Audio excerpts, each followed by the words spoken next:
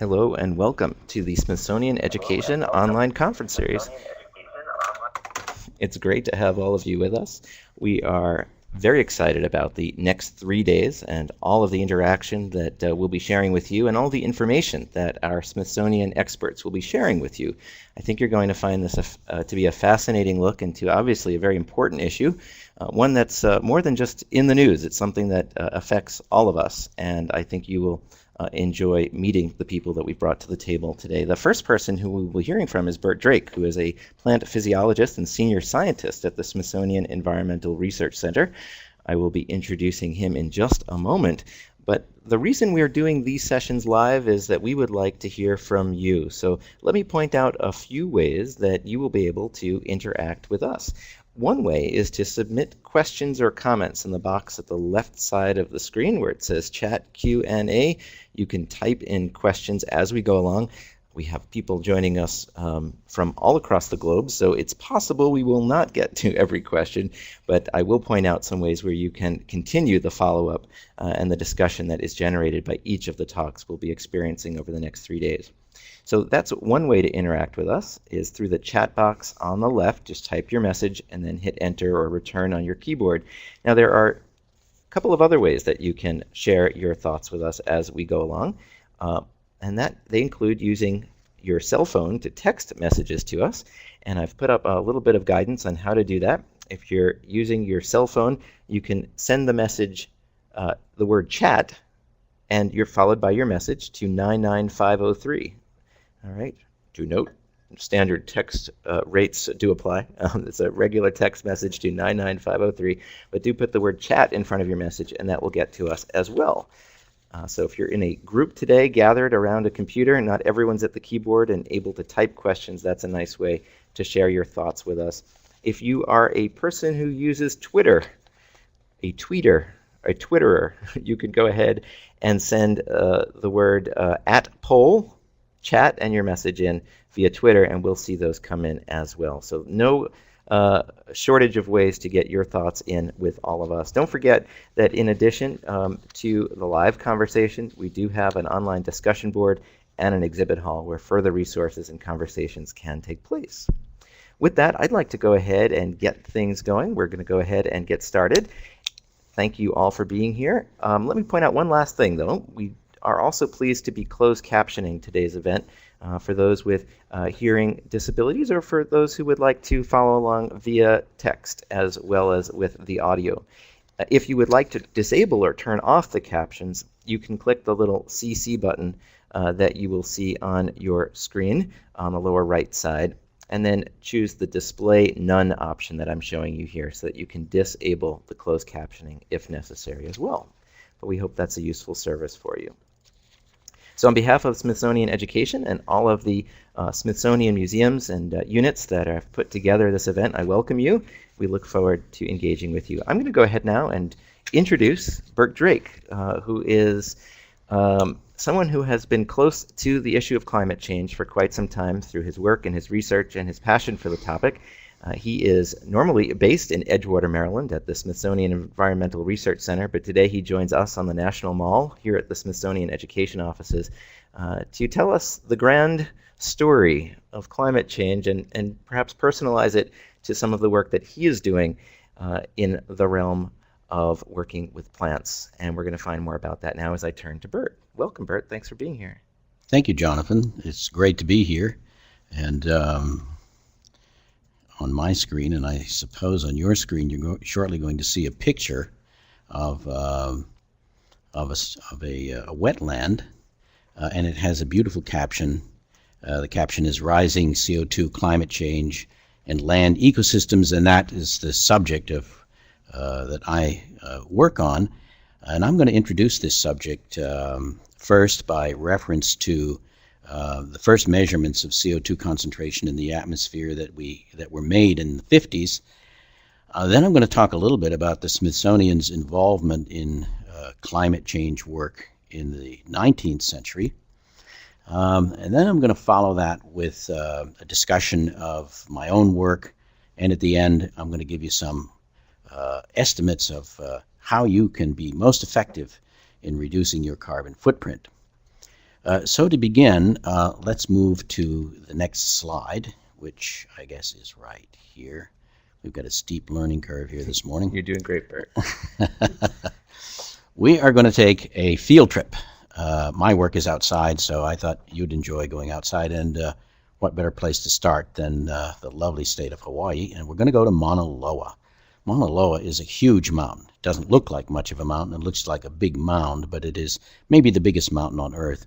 It rises up to 13,000 feet, and it's a great place to study the atmosphere. The Weather Bureau has had a station on Mauna Loa since the mid-50s, and here is a picture of it. And I'm going to put a marker on here so you can see the little building that I want to talk about, which is right there. Again, we have, let's see, there it is, right there. It's been renamed the Keeling Building after Charles Keeling, who established a station here in 1958 to measure increasing atmospheric carbon dioxide. He came here. Here's a picture of him. This picture was taken a few years ago. He died in 2005. He came to this place to dedicate the building and to remember old times with his technician. And here is a plaque mounted on the side of the building, and it has a curve on it. It's called now, in honor of Charles Keeling, the Keeling curve, because he was responsible for demonstrating in the 50s and early 60s that the CO2 concentration in the atmosphere is actually going up. At that time, it was believed that if CO2 went up, the oceans would absorb it. It was discovered in the 50s that, in fact, the oceans can't absorb CO2 as fast as it can be put up there by humans. That was one of the great discoveries of that period of time, and that's what made Charles Keeling's observations so important. Now, if we go to the next slide, we're going to see a picture, rather, of Keeling's instrument. This is an important point to make, that the development of an instrument to measure CO2 was crucial. Earlier than this time, in the 30s and 40s, people had tried to measure CO2 in the atmosphere, and the measurements were all over the place, and largely because they didn't really have the instruments that could do the job. And this is, of course, an important point for us, because development of instruments for measuring the sun and components of the atmosphere has been an important contribution of the Smithsonian. I'm going to talk about that in a moment. This instrument was in use until very recently, and the reason it was taken out of commission was because of these tubes. It's a tube-type instrument, and I don't know if you know anything about electronics, but those tubes right there are a very important element, and they no longer are available in quantity. So this instrument, while it was excellent up to recently, has been decommissioned, and now solid-state instruments are in use. Here is the Keeling curve. It shows the record of carbon dioxide concentration in our atmosphere measured at Mauna Loa. That's the curve that goes up and down the most rapidly. It would be that curve right there. Jonathan, I think I need your help. No worries. Right there. No, we don't have. There it is. Hot dog. Thank you, Jonathan. This pointer shows that the curve goes up and down, and it does in a regular fashion, but that the whole curve is rising with time. It was important to demonstrate this, and Keeling did it beautifully.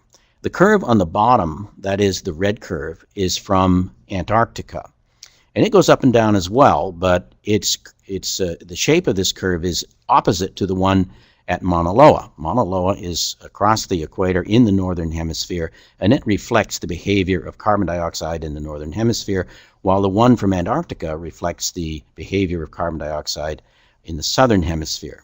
Now, the reason the curve goes up and down with a larger amplitude in the northern hemisphere is because most of the land is in the northern hemisphere, and that's where the land plants are, and the land plants play a big role in moving the CO2 concentration up and down on a seasonal basis. We're going to talk a little more about that in a moment. Another point about the curve from Antarctica is that it's, as I said, out of phase with the one in the northern hemisphere, but it's also, the amplitude is very much smaller, and that's because there's so much less land in the southern hemisphere than the northern hemisphere. While we're not going to show you the data, Keeling did one other thing that was very, very important. He began to measure, right from the beginning, the isotopic concentration of CO2 in the atmosphere. There's a heavy isotope of carbon dioxide. It's carbon-13, and it's a stable isotope. And the thing about carbon-13 is that the plants discriminate against it. It's too heavy. They don't take up much of it. So plant material is depleted in that heavy isotope. And that means that fossil coal and oil and natural gas are also depleted in that isotope. And what Keeling showed right from the beginning was that the atmosphere was being diluted of its natural background level of the heavy isotope. And the interpretation of that is that the CO2 that's going up there is coming from the production of fossil fuels, the burning of fossil fuels, and deforestation by humans. So he did two really important things. He showed us that the CO2 is going up, and it's going up rapidly, and he showed us also that the cause of the increase in CO2 is human activity. So, Bert, if I may, it sounds like what you're saying is that the carbon dioxide that's being measured has almost you might think of it as the fingerprints of human activity on it because of that isotope that's present. It really has the fingerprints of humans because of that isotope. That isotope wouldn't be diluted if it weren't for deforestation and for the production of fossil fuels. About 25% of the increase in the CO2 is caused by deforestation. Maybe a little less than that. It's maybe about 20%. Up until World War II, it was the dominant source of carbon dioxide in the atmosphere. And after World War II, then the production of oil and coal began to take over. Now let's see. We are going to move on, Jonathan, there's the button right over there. Sorry, folks, for the steep learning curve. My compatriots who are watching this, I hope, are learning faster than I did. The importance of greenhouse gases in the atmosphere is that they absorb infrared radiation. What happens is that the sun's energy comes in, and it's absorbed by the Earth, and then long wave or infrared radiation goes back out. But the atmosphere has components in it that absorb this infrared radiation. Now, in the 19th century, it was demonstrated that the two big components of the atmosphere, which are nitrogen and oxygen, don't absorb infrared radiation, but that carbon dioxide and water vapor and some of the others do. In fact, the biggest absorber for infrared radiation is water vapor in the atmosphere. And in fact, it was believed early on that it was the dominant form of absorption of infrared radiation, and that if we added more carbon dioxide, it probably wouldn't change things very much. It was demonstrated in the 50s, however, that was not so, that if we did add more carbon dioxide, then that ought to result in a warming of the atmosphere, and that's shown here. Put a little CO2 in the atmosphere, and it warms the atmosphere. Now, I'd like to emphasize that although the amount of carbon dioxide we're putting up there is relatively small compared with all the CO2 that's in the atmosphere, it has a terrific effect on this absorption of radiation, and it changes the radiation balance of the Earth, and the Earth commences to warm up. The carbon dioxide has another really important role on Earth, and that's because it feeds photosynthesis and feeds all of life on Earth. Now, Bert, I know you mentioned earlier that the Smithsonian has had a role to play in the study of this effect and of carbon dioxide levels. And I'm wondering if you could take us back in time a little bit and connect this to the Smithsonian history on this topic. Yes, Jonathan. The Smithsonian has had a role in studying the climate of the Earth practically from the very beginning. Joseph Henry, the very first secretary at the Smithsonian, was a physicist, and he studied the weather. And in fact, his work led to the establishment of the Weather Bureau, among other things. He was a very, very clever man. But the one who really began to recognize the importance of the role of the atmosphere in the energy balance of the Earth was Samuel P. Langley. who was also a physicist and an astrophysicist. In fact, he coined the phrase astrophysicist. He was studying the sun, and he was studying the sun in Pittsburgh. Not a great place to study the sun. And he wanted to study the role of infrared radiation coming from the sun. So he invented an instrument to do this, which is called the bolometer. It could measure infrared radiation. Then Langley had been up onto Mount Whitney in 1881 studying solar radiation because he thought that if he could get very high in the atmosphere where the envelope was thinner, he could get a stronger signal from the sun and get a better handle on how much infrared radiation was coming through. One of the things that he discovered is that the atmosphere is very selective in absorbing components of the sun's energy, and he knew of the work previously that had shown that carbon dioxide absorbed infrared radiation, and so he measured carbon dioxide on Mount Whitney, and the measurements are in his report. This one I've mentioned here, and he measured at about 279 parts per million. Now, if we look back on our data on carbon dioxide that we now know was in the atmosphere from studies of ice cores, we can see that his measurements were within the range of the measurements that have subsequently been established. So Langley not only recognized the importance of the sun in heating the earth and the atmosphere, he also recognized that carbon dioxide and water vapor were important parts of it. In fact, he saw them as elements that interfered with his measurements. He hired a very clever man who ultimately became secretary of the institution as well, Charles Greeley Abbott. He hired him in 1895, and Abbott carried on Langley's work. Langley died about 10 years after Abbott came to the institution, but Abbott was very good with instruments, and you can see him carrying one here. In fact, the instrument that Langley developed was so sensitive that it was said that it could see the image of a cow at a quarter of a mile. It essentially measured the infrared radiation coming from an object, and so it could detect the temperature. And the instrument that you see in the picture that Abbott is carrying was so sensitive he wouldn't allow it to be carried by a vehicle from where he had prepared it to the site where they were going to make the measurements. Abbott's contribution was multiple. He continued the studies of the sun in the hope that if they could measure the solar constant accurately enough and its variations, they could predict the weather. And that never really worked out, but in the process of it, he recognized that the constituents of the atmosphere were interfering with his measurements. So he and E.D. McAllister turned the whole system on its head and said, well, if the components of the atmosphere are interfering with our measurement, let's use this instrument to measure the components of the atmosphere, which is what they did.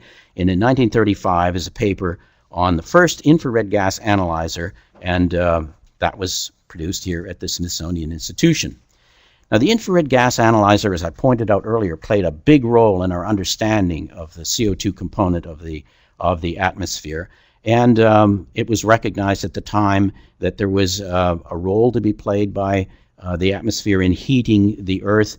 At the time of Langley and of Abbott, only a few people had the idea that we could raise the CO2 in the atmosphere enough to really warm the atmosphere.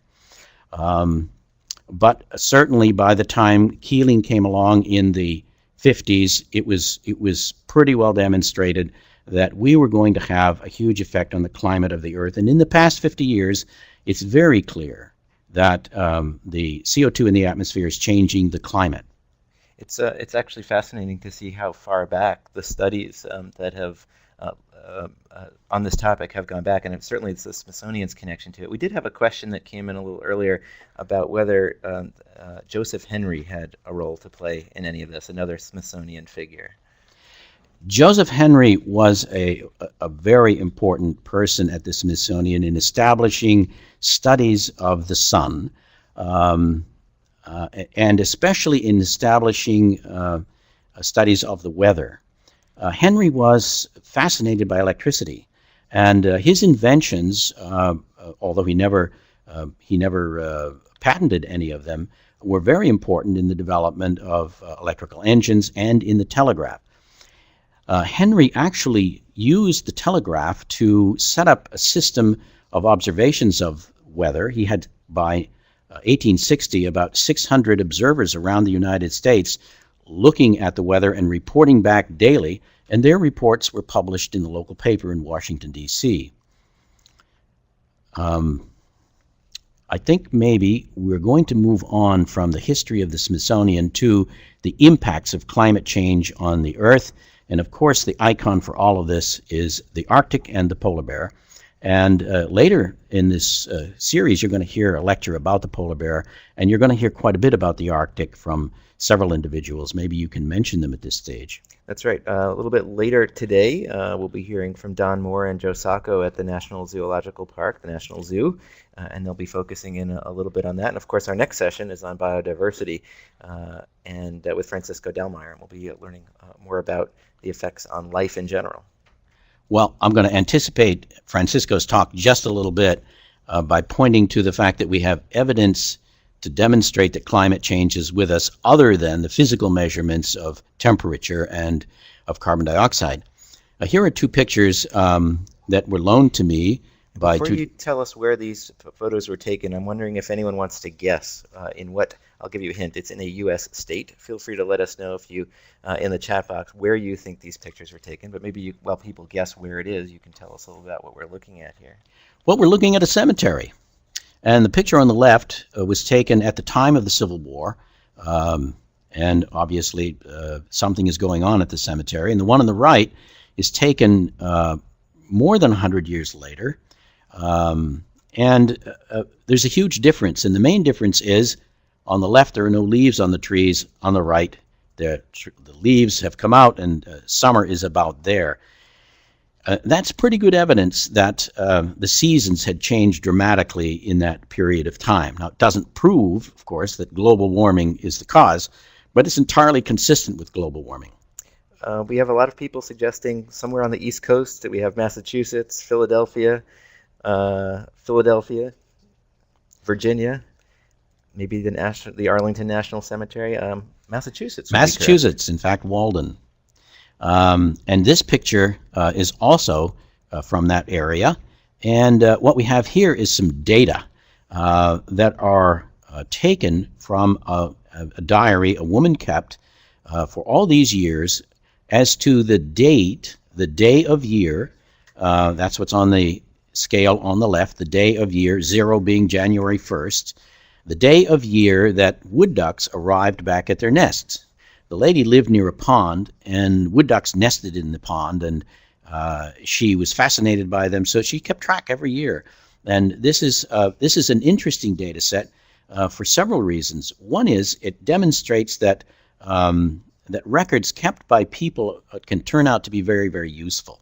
We could call this a proxy. It stands in for climate change.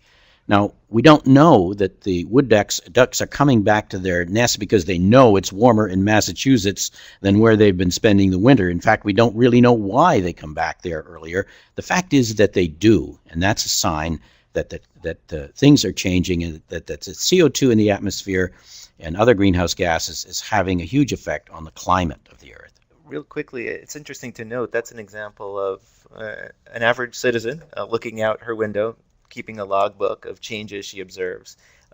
It really suggests that each of us can use our own observations, our own scientific inquiry, and collect data and make observations in our own local areas as well. That's a really important point, because it's absolutely true we can do that. And not only that, later on I'm going to show that while we are responsible for all of these changes that are coming about, we also can do something about it. And I'm going to demonstrate a little bit of that.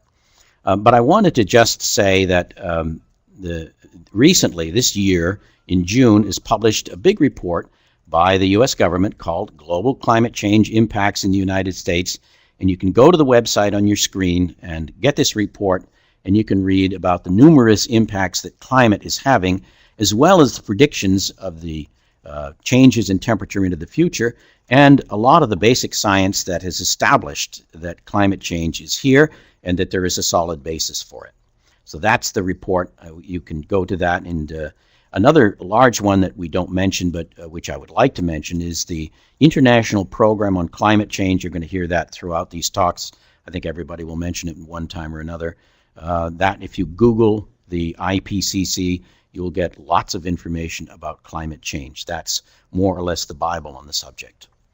Now, I want to move on to the CO2 in the atmosphere, how much there is, and where it goes, and then I'm going to talk about the plants because they play a huge role in all of this. So how much CO2? Well, it turns out to be about 34 gigatons of carbon dioxide per year. A gigaton is 10 to the 9th tons. Now, I can't get my head around my checkbook very easily. It's that big? Or my salary. Oh, okay. Let alone gigatons. Let's say it's a lot. And in attempting to give real meaning to this, we've come up with a way to look at the total amount of carbon dioxide that we produce, and we're going to use the Goodyear blimp. Now, it turns out that, there it is, the Goodyear blimp. It turns out that each of us Americans produces enough carbon dioxide each year to fill 2 of these. That's 2 of those Goodyear blimps. Much of that comes from our cars, about 30%.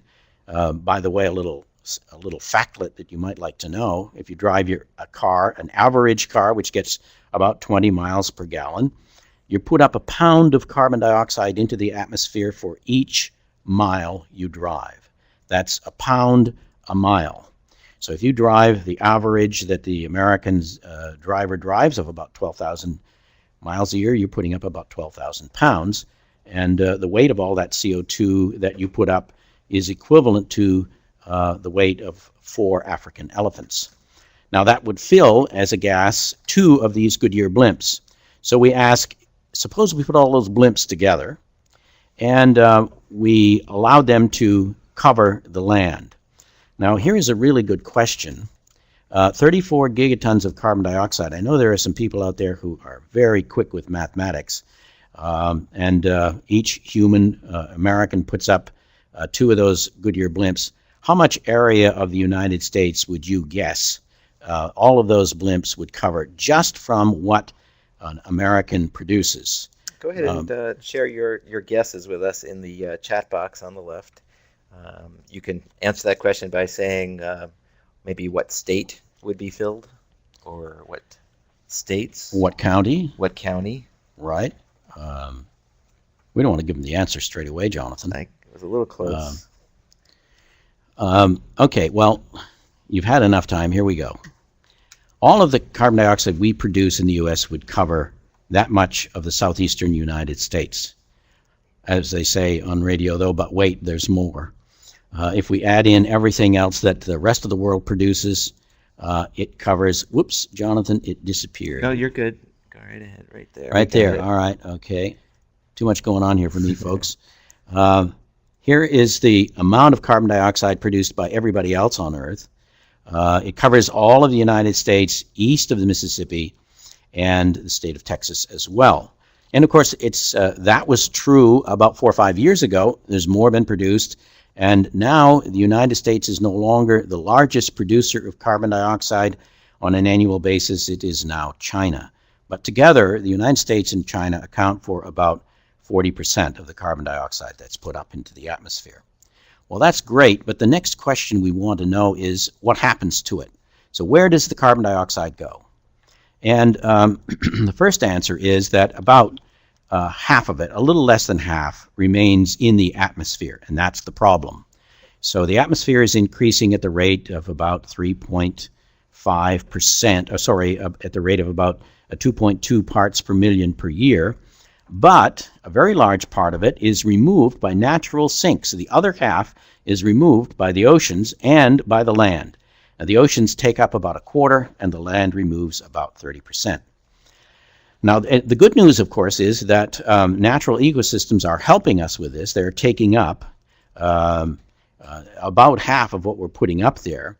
The bad news is that because the climate is changing and because CO2 is having an effect on the oceans are declining, apparently, in their capacity to take up CO2. So the big question remains, what about the land? Well, the land takes up a lot. It takes up about 30% of the carbon dioxide we put up in the atmosphere.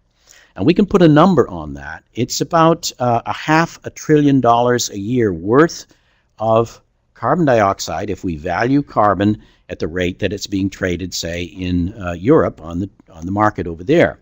And that gives us some sense then, some number to gauge how valuable the land is in helping us to remove the carbon dioxide from the atmosphere.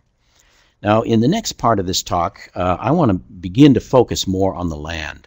So we're going to go look at the Keeling curve once again, and we're going to look at a recent record from 2004 to 2009. Incidentally, you can find these data at NOAA. If you just Google NOAA, these data are available. And here is the record of CO2 in the atmosphere for the past several years. Now you notice, I'm going to take it back again, and we'll start over again. One thing to notice is that it goes up and down, up and down, up and down, really regularly with the seasons. And now, right there at the bottom, Jonathan, put it right on the bottom of one of those curves, right? There, follow the bouncing ball. That is on September. September and October are at the bottom, and April and May are at the top. And so in the fall, the CO2 is rising, and in the spring, the CO2 is falling in the northern hemisphere.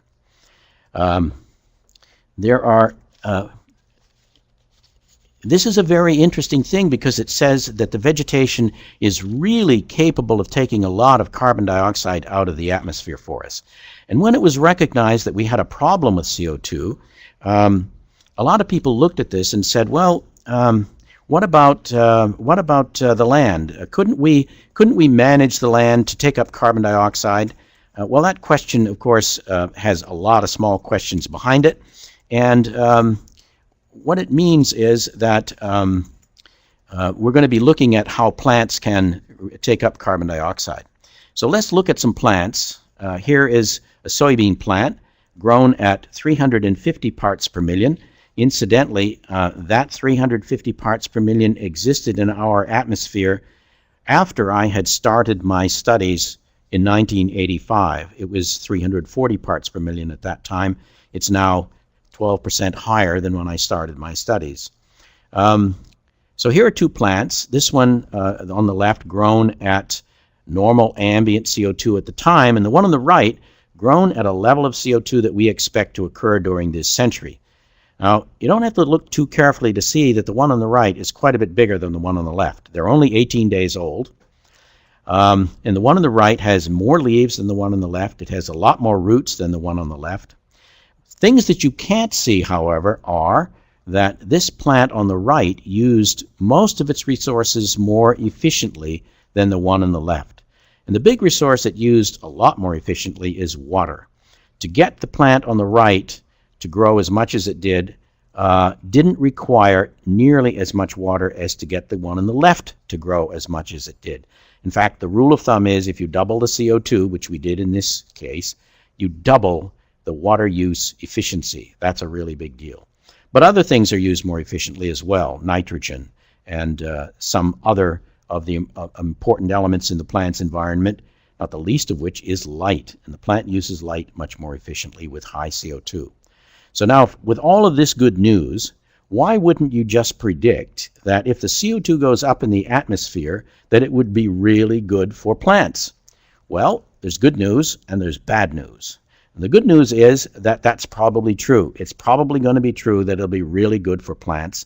And I think we have some evidence of that accumulating at the present time. But the real question is, how much better for us is it going to be if the plants use this a whole lot better? I put this slide in to show exactly how all of this is going to work. The leaf, which you can see there on the left, it has lots of cells. And then that surface on the top is waxy. That cuticle is waterproof. If it weren't, plants couldn't exist on land. And then where the arrow is pointing is a little opening called a stomate. And through that stomate, carbon dioxide enters the plant. And when it does, water vapor is going out. Well, at the present time, plants require about 600 molecules of water for each molecule of carbon dioxide that they take up. And in laboratory studies and in field studies that we've done, we've shown that that number changes dramatically.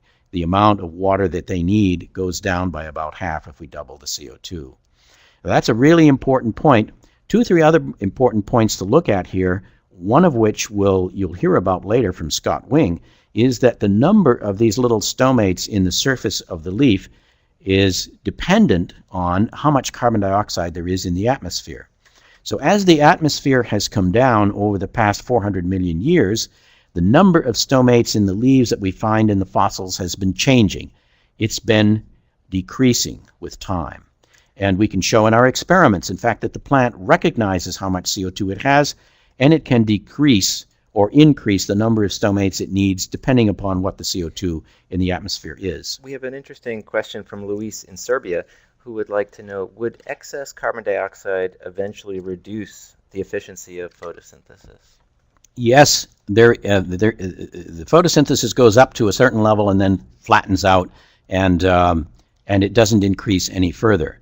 Now, I think what Luis is referring to is something we call acclimation. That is, when you grow plants in the laboratory at one level of CO2 and then expose them to another level, they adjust to the new level. That's called acclimation.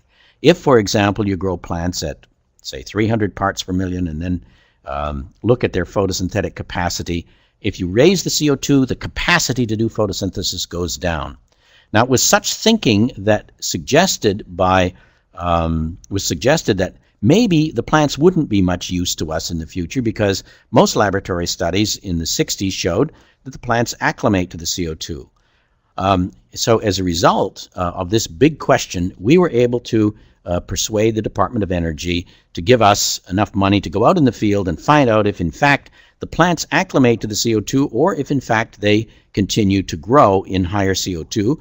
And so we went to a wetland on the Chesapeake Bay, and here are some pictures showing you where it is, and an aerial photograph showing you the site itself, a wetland. It's very near sea level. But the neat thing about this wetland is that it is very simple in terms of the number of species of plants it has. It has only 2 types of plants. It has a sedge and then 2 grasses. So we have essentially 3 species. More important than that, the plant in the middle, the sedge, responds to CO2 very differently than the other 2. The one in the middle is stimulated by CO2. It's fertilized by CO2. So if you raise the CO2, it grows better. And we knew this from laboratory studies.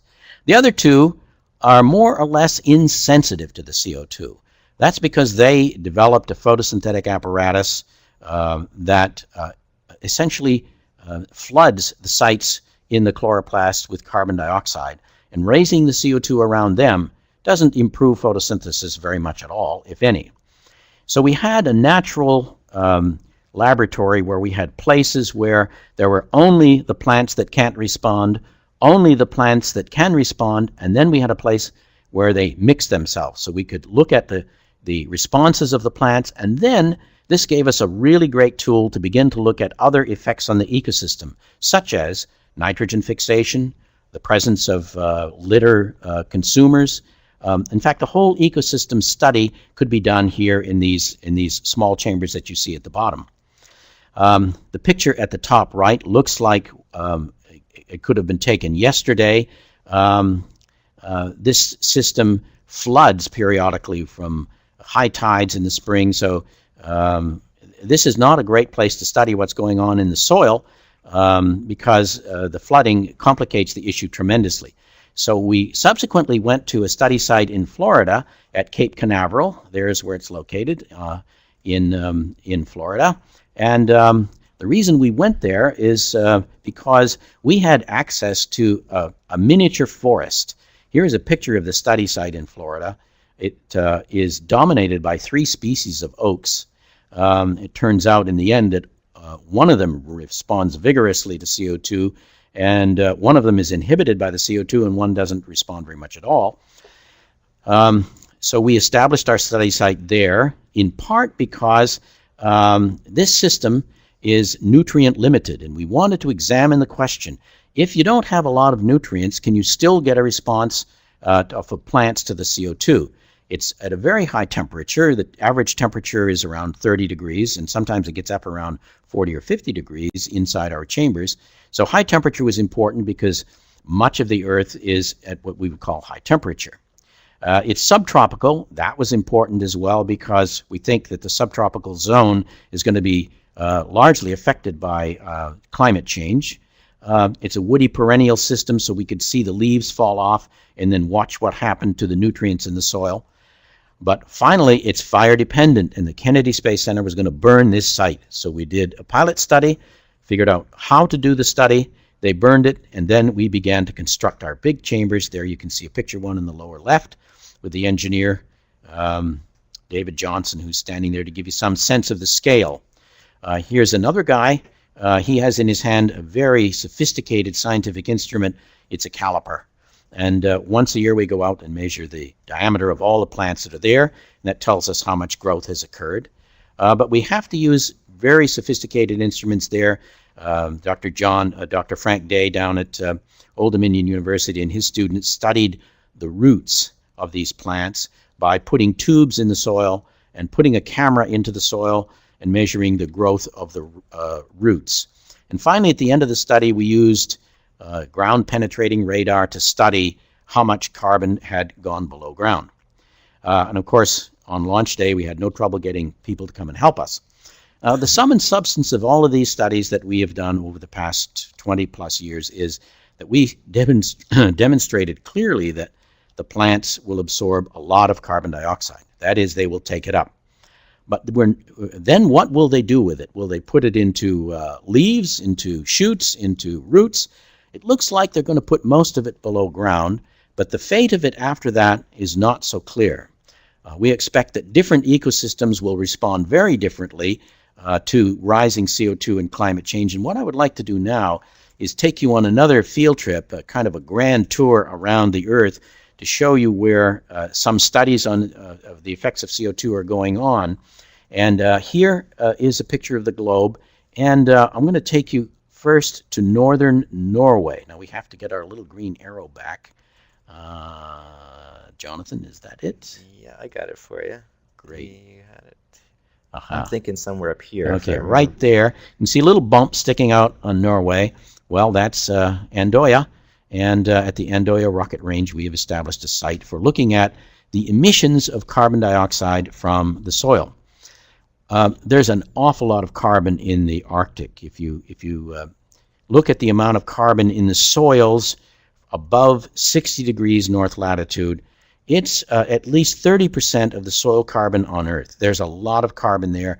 And recently, the estimates of how much there is there contained as equivalents of carbon dioxide or as methane have been increasing. And the fear is that as the temperature of the Arctic warms, the Arctic soils will dry out and carbon dioxide will begin to be coming out of the soil very, very rapidly. So we have developed a site at the Andøya rocket range, and there is a picture of the site with the instruments that we're using to measure the emission of carbon dioxide and methane. The other big place on Earth where we're very concerned about climate change, but for different reasons, is the tropics.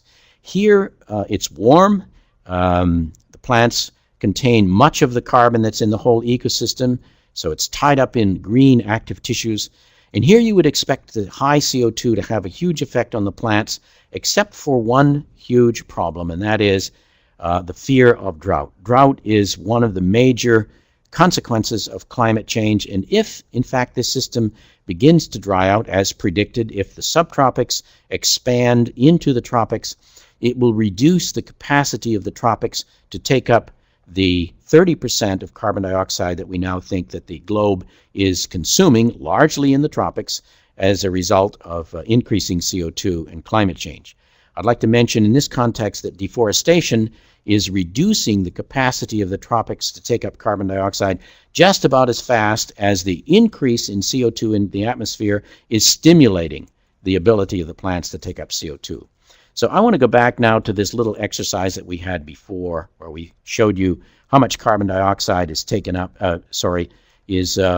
produced by humans on Earth, and ask the question, a family of 4, which produces the equivalent of 8 blimps worth of carbon dioxide, what must this family of 4 do to significantly reduce their carbon footprint?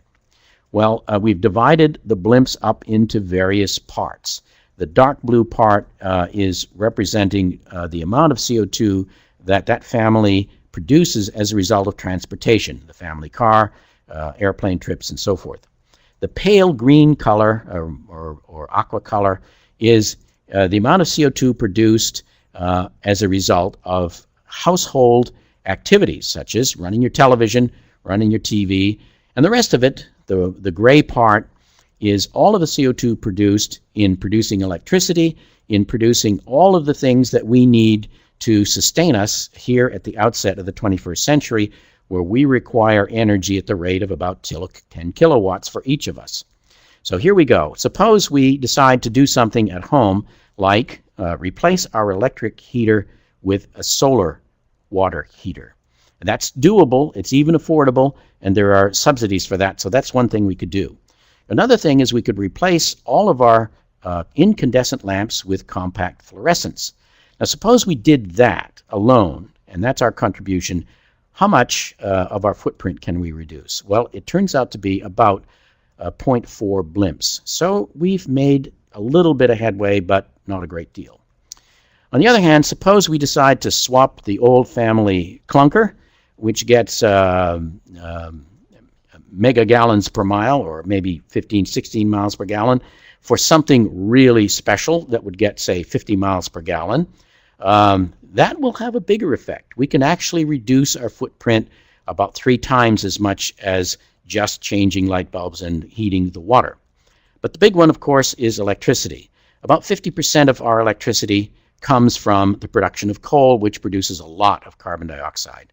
So if we could engage the new system of carbon capture and sequestration, if we could switch to a lot more nuclear power, if we could engage wind, solar, and biofuels, if we could do all of these things, we have the potential to reduce our carbon footprint by 3.2 blimps.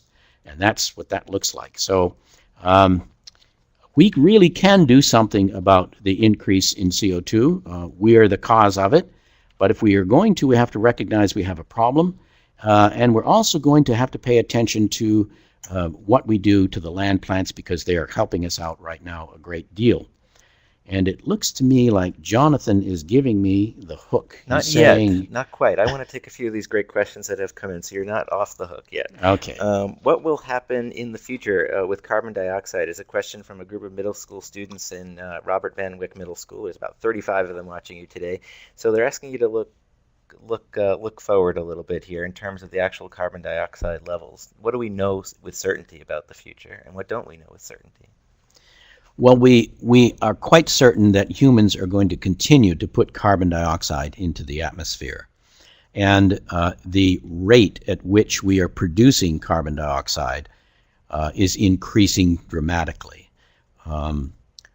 It was estimated in the 90s that the maximum amount we would increase per year was about 2.5% of CO2 emissions. But since that time, the economies of the world have developed so rapidly that we are now increasing our emissions of CO2 at about 3.5% per year. And that's a big question. It's a lot. So looking out into the future, we're going to get to 700 parts per million of CO2 if we don't do anything at all, long before we had thought we would.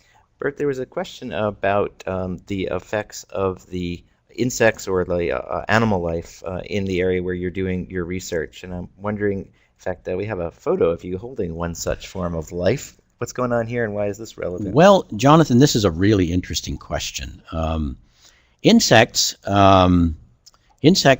eat the plant material that we have out there in the marsh. The predatory insects, the mosquitoes and the black flies and so forth, detect the carbon dioxide. But the studies that have been done on the effects of CO2 in this study site at Maryland and the one in Florida show that the plant material is going to change its composition. It's going to make leaves which are not as healthy for plants, not as so the insects are going to have to eat more of them, and in eating more, they're going to expose themselves to their predators for a longer period of time, and so rising CO2 may not be so good for insects. If it goes up too quickly and they can't adapt, we could expect big disruptions in the way that insects behave in the future. We should mention, by the way, Bert, that there's a fantastic piece in the virtual exhibit hall which actually features you going into more detail about the work being done at CERC. And people should watch that at their leisure. There's some great images and some great stories being shared in there. Here's a question that comes in from Carol in Massachusetts. Should we just try to make more environmental purchases when it's time to replace what we have, or should we be actively going out and replacing things more proactively? This is a really tough question, Carol, because this requires you to make value judgments about what's important for your way of life and what's important for the planet. Clearly, we have to do something about bringing the carbon dioxide down if we're going to control climate change, and that's a very costly endeavor to do, and it affects all of us directly in our pocketbooks. We know that each of us could switch to technologies that would improve our use or make more efficient our use of electrical resources, but they're very costly so far.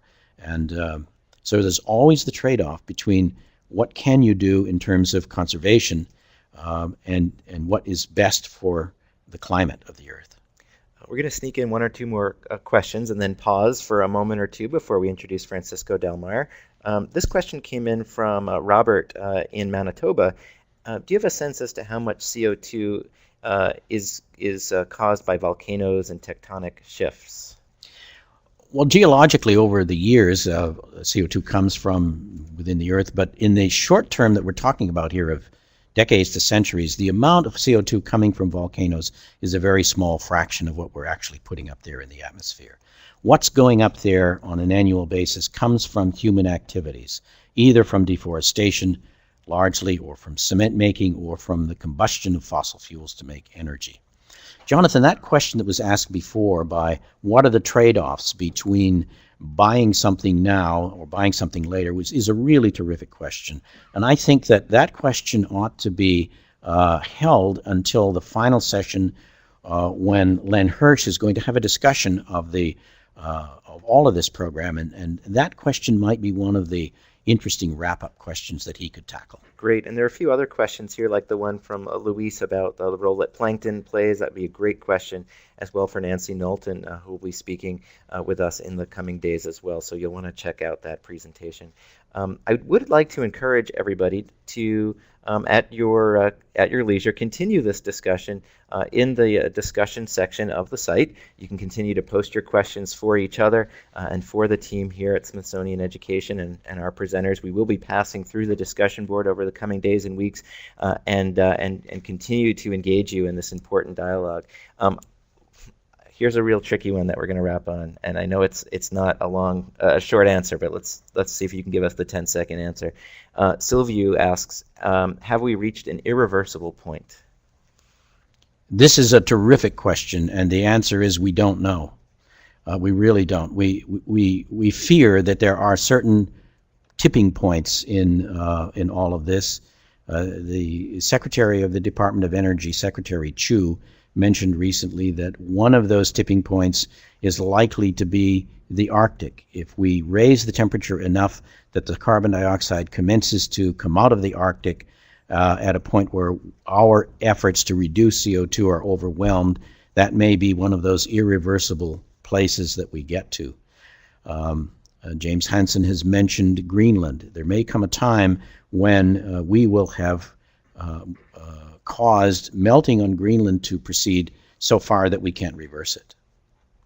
I hope you'll all join me in thanking Bert Drake, who knows a huge amount about this topic, but we forced him to limit his sharing time to just about 50 minutes with you. Clearly, you sense that there's a lot more that he could be sharing with us. So I hope you will join me in thanking Bert for this really fantastic opening session, which really laid the groundwork. So thank you very much, Bert. Thank you, Jonathan, and thank you everybody who has signed in today. You bet. So we're going to give you all a brief break. We'll be back in about 5 minutes for our next session, which, as you know, features Francisco Dalmeyer of the National Zoo, who's going to be talking about the effect of of climate change on biodiversity. A really fascinating talk that really spreads the net wider when it comes to talking about the impact of climate change on life on this planet. So stay tuned. We'll be back with you in just under 5 minutes.